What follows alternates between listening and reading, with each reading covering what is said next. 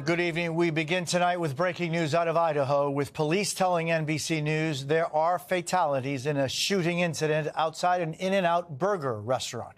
It happened in the town of Twin Falls, Idaho, about 2 hours away from Boise. Dramatic new video appearing to show a man holding an assault-type weapon near a car outside the building. This incident occurring just moments before we came on the air. Our Valerie Castro is digging into this story for us. Valerie, what's the latest? Jose, tonight, the spokesperson for the Twin Falls Police Department tells NBC News 3 people are dead and at least 2 others are injured. He also tells us there is currently no search for a suspect, but it is unclear if a suspect is among the dead. This all took place in the area of an In-N-Out restaurant, which announced it will remain closed for the rest of the day. Police issued public safety announcements shortly after this all happened, asking people to stay away from the area. Videos posted to social media show people running through parking lots and screaming. Other video appears to show a man with a firearm. We also have heard audio from emergency dispatchers saying that they are being inundated with 911 calls and hearing, quote, reports of multiple people down. Again, tonight, police confirming at least 3 people are dead and at least 2 are injured. Jose? What is happening? What's happening? People are running from In-N-Out. Call the police? What's happening? What's happening? What happened? What's happening? Shoot. Go. Just go. Go. Somebody got shot? There's a shooter at In-N-Out. Oh my gosh. What is happening? Oh my gosh. Everybody's running. What the hell? Okay, just go. Get the hell out of here. Oh my gosh. Everybody's crying. What is happening? Trouble at U.S. airports. Immigration arrests appear to be surging at major hubs like LAX and SFO, even on domestic flights. Fox 11's Gina Silva has more on why immigrants with pending applications should consult a lawyer before boarding. Immigration arrests at U.S. airports appear to be ramping up. Agents, often in plain clothes, are taking people into custody, raising questions about who could be at risk. ICE is here. Help us. Help. Help. That's why Sherla, the Coalition for Humane Immigrant Rights, has issued this travel advisory, urging immigrants with green card or asylum applications to consult with their attorneys before making any travel plans. We've been focusing on the arrests in California airports, I think largely Los Angeles International and San Francisco International airports. Sherla attorney Matthew Toyama says in 1 week, 10 travelers were arrested by ICE at California airports. They're being stopped multiple gates down before they reach their gate to board a flight. The people arrested were flying domestically, not on international flights. She was terrified and she didn't want to be pushed out the door. Alicia Dansker witnessed her friend Chantal Morales Rojas of Oakland be taken into custody at the Denver International Airport. Dansker says her friend's J-1 visa had expired, but she had filed to extend her legal stay. The hope is to get her out of the ICE facility while things proceed. She is not a danger to anyone. She's not a flight risk. The Department of Homeland Security says the administration is working to ensure that anyone in the country illegally can no longer fly unless it is to self-deport. Meanwhile, Sherla has this advice. Consult with an attorney, an immigration attorney, before traveling domestically, even if you have a pending application or valid work permit based on that pending application. Gina Silva, Fox 11 News.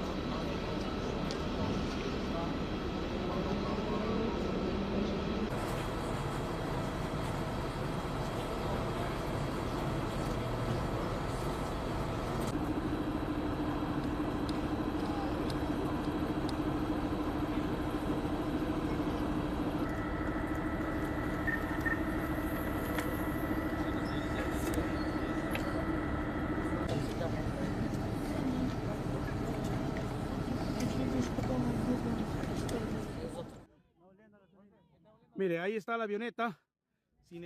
Están procediendo a apagar el fuego de esta caravan.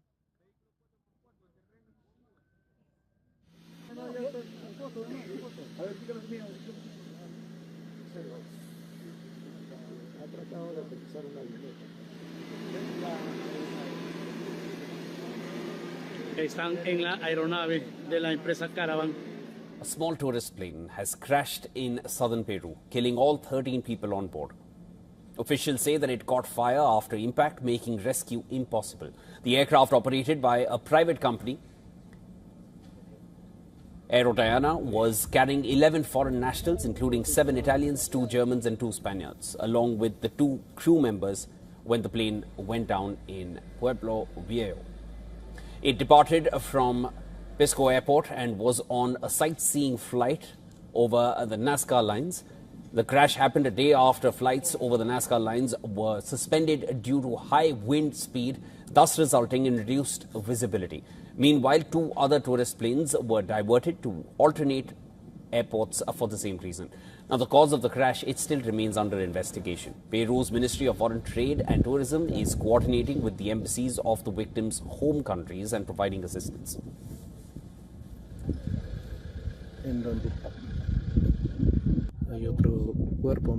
To Europe now, and cars have been crushed and dozens of people injured after an earthquake near the Italian city of Naples.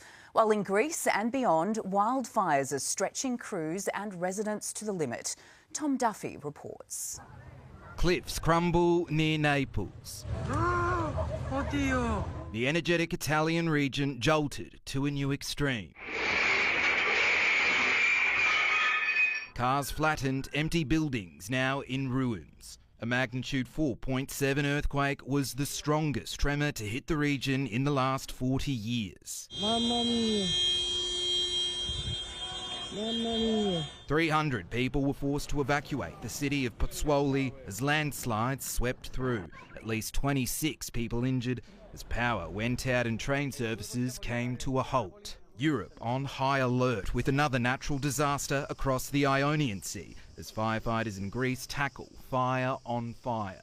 While conditions worsened again in parts of Spain and France, scientists saying human-caused climate change helped spark the hot and dry conditions.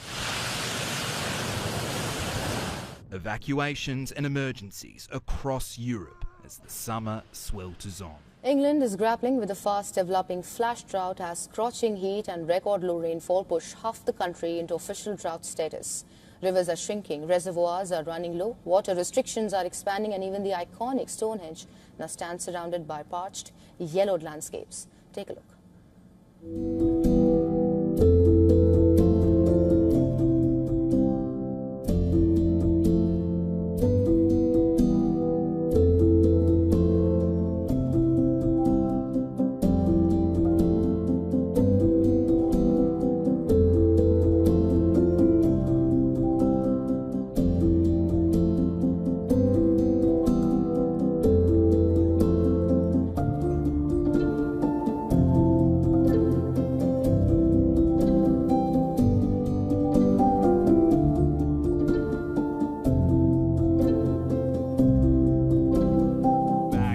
Has sent a message to Americans in the Middle East, urging them to consider leaving as the threat of a new intensified round of strikes on Iran looms. Let's go live to Lily Greer in LA. Lily, Iranian forces are again threatening any countries that help America. Yeah, you're right, Kendall. Iran's military leadership says the US is the one escalating tensions in the Middle East at the moment, and it says any country that's caught defending or shielding the US is going to burn in the flames of war. All of this as speculation builds that America and Israel are going to team up over the weekend for a renewed bombing campaign against Iran, an intensified version of what we've already seen in the region, but this time targeting energy facilities in Iran. At this stage, the scope of those strikes, exactly when they're going to hit, is unclear, but that hasn't stopped the US State Department from issuing a number of warnings to Americans who are right now in the Middle East, basically saying that if they haven't considered leaving already, now might be the time to do that, and if they're staying, to take extra precaution. All of this, guys, as US President Donald Trump, he's on Truth Social this morning. He's had a bit of a posting spree. We'll bring up one of them for you now.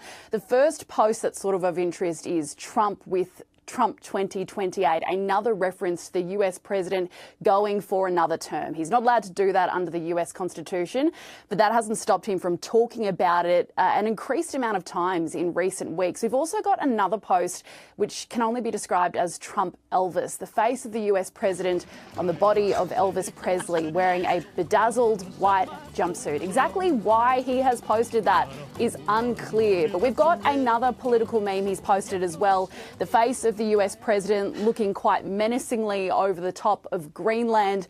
All of this is confusing, guys, but it is never a dull day when the US president has a phone within reach. He loves an AI meme, doesn't he? Someone needs to get him off ChatGPT. Just get him off social media. See, especially looking at Democratic leadership, Hakeem Jeffries and Chuck Schumer, I do not see them overturning this. But Sabby, you're missing the point. The Democrats wrote the book. It was Joe Biden that came after me. Donald Trump has that book.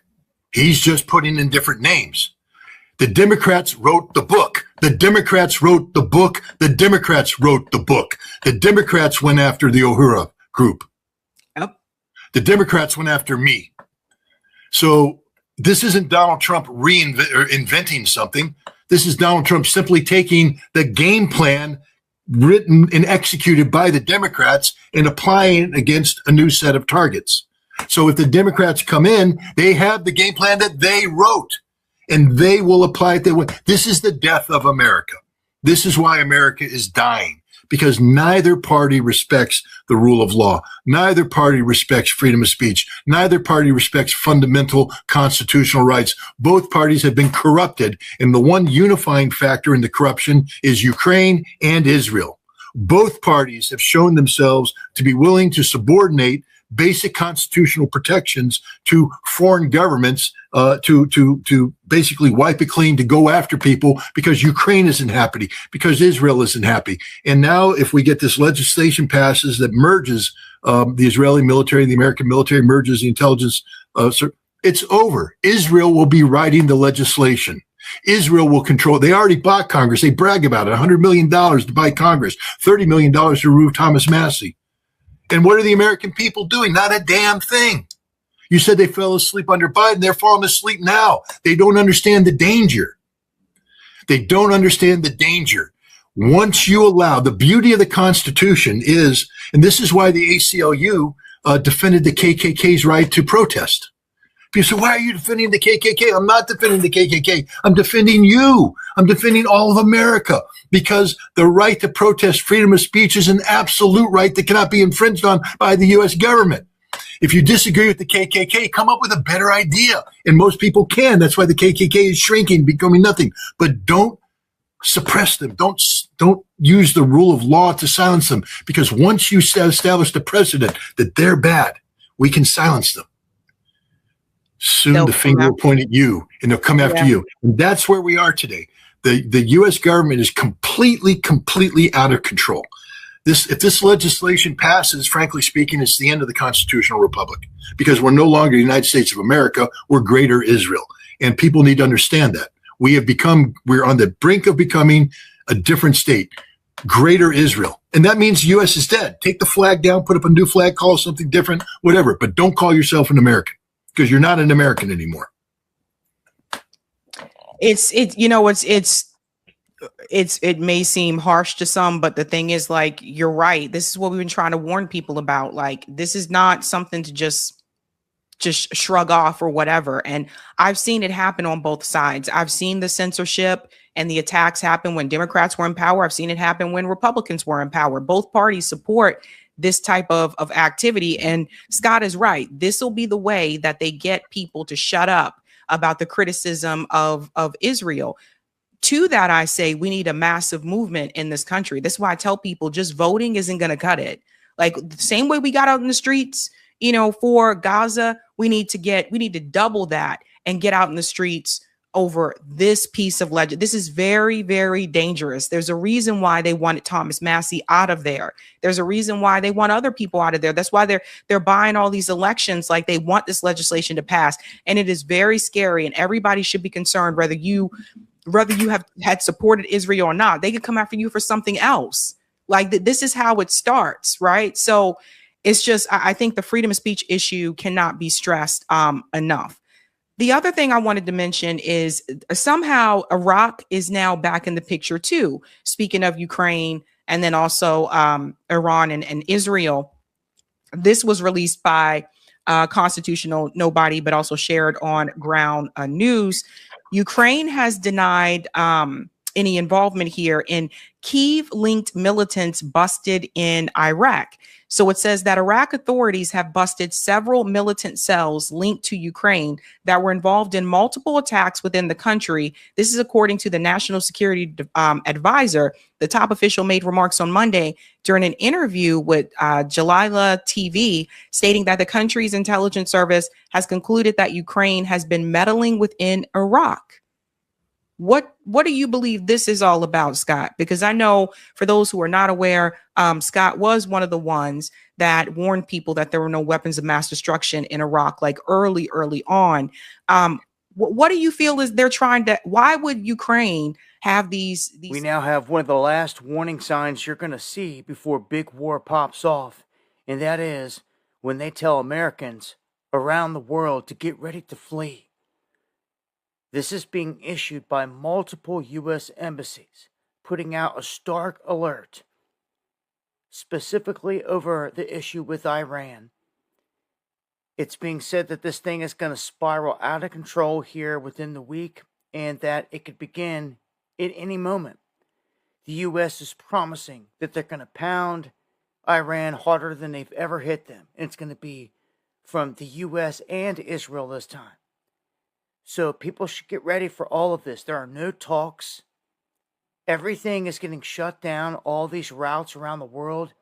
And they've rigged the prices here, as I've shown, to make everyday Americans think everything is fine. They're lackadaisical. They're not realizing that there is a shortage on things.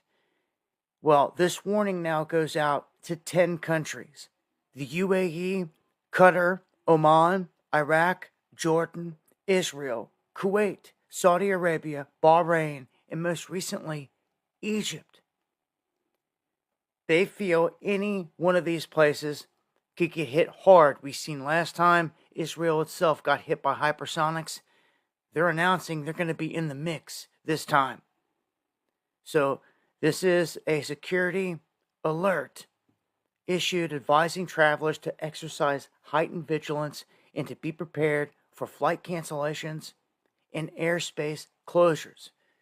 So if you know anyone that's in any of these areas, I'd advise to reach them, really seriously talk about getting to a safe place or getting out now, because once the bombs start flying and things are canceled, there's no turning back.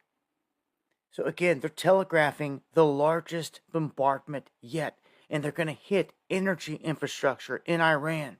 The blowback is not going to be good. Iran is saying they're going to hit our energy infrastructure in the region.